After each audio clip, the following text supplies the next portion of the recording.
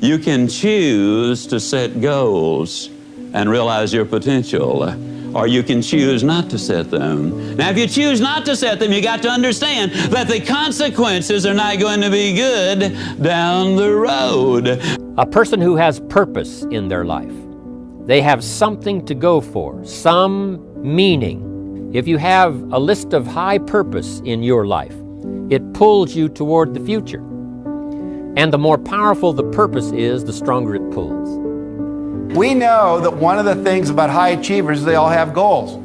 Only 10% of Americans set goals every year. 10%. I can go to sales conferences, people that learn this stuff, hear it over and over. How many? 10%. We also know the same 3 to 10% control 90% of the resources of the world.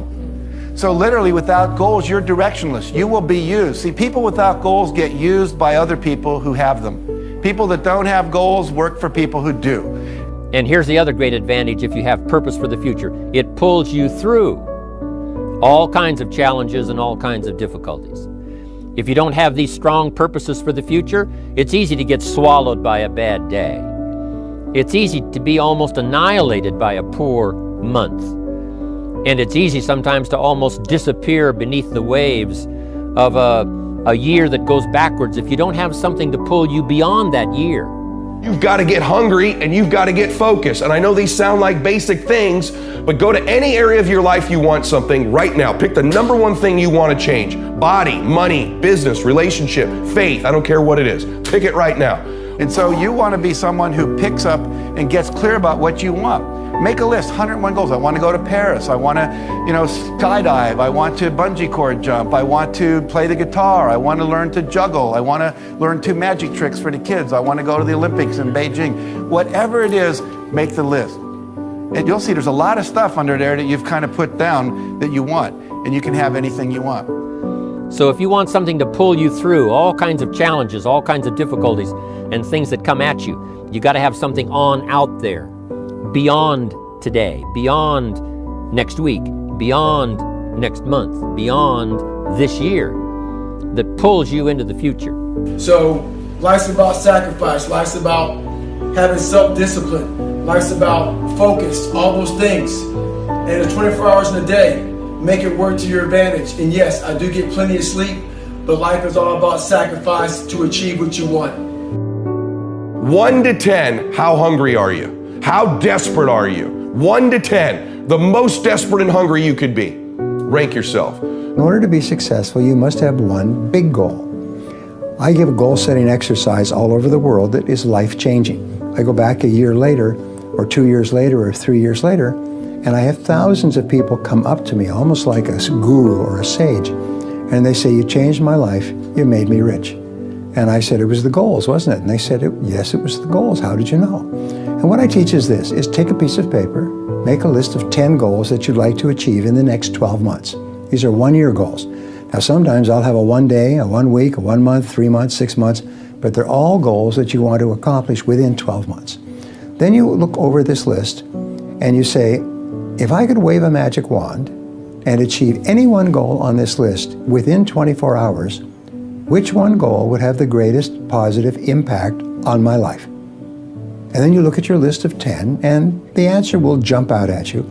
And that becomes your major definite purpose. This becomes your major goal. Then you transfer this to a clean sheet of paper and you write a deadline when you want to achieve this goal. You make a list of everything that you could think of that you could do to achieve this goal. You then organize this list like a checklist in order of sequence. What do you do first? What do you do second? What do you do third? And then you take action on your goal, and then you do something on that goal every day, 7 days a week. It's a very simple system. Decide the most important goal, write it down, make a plan, work on it every day. And then all of your other goals will start to move forward. You'll start to make progress on the big goal, but all the other goals will start to move forward almost without you even paying attention to them. So that's really the key to success, is single focus. Warren Buffett and Bill Gates were at a dinner party with Bill Gates' father and a large number of other people at Bill Gates' home in Seattle last year. And they were chatting with each other, they're very good friends, and somebody came up to them and said, "Excuse me, gentlemen, I don't mean to interrupt you, but you're 3 of the most important most successful people in the world, Bill Gates and Warren Buffett are number one, number two wealthiest men in the world.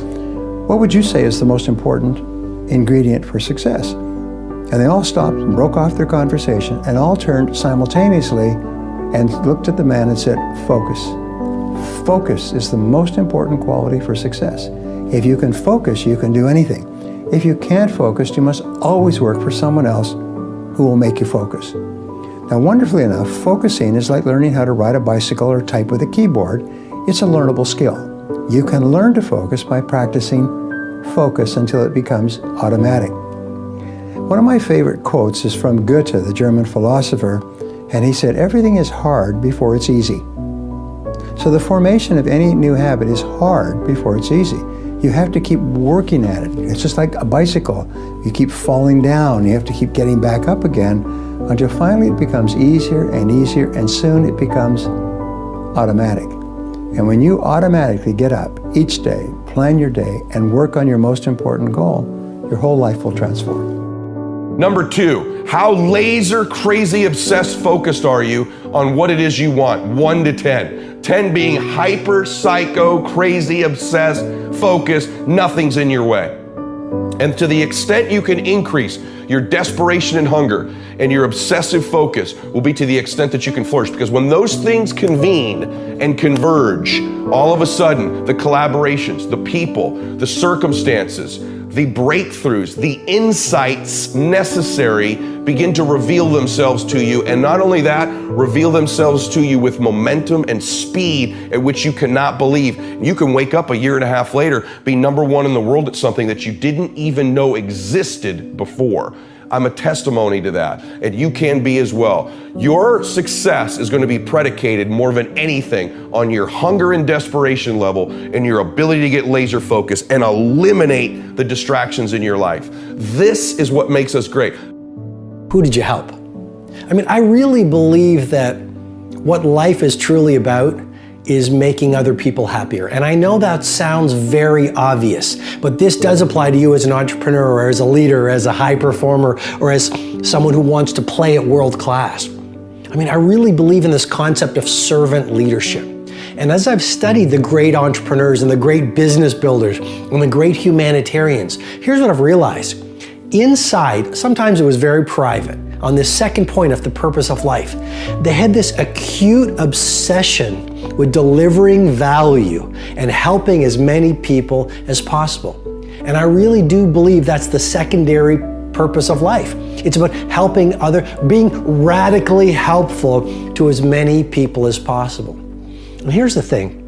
If you've done the interior work, so you are so full, there's no holes within you, okay, then you're not going to be a taker from the world, you're going to be a giver. And I'm going to repeat that again. If you look at the greatest among us, they were not takers, they were givers. And here's why I think they were givers.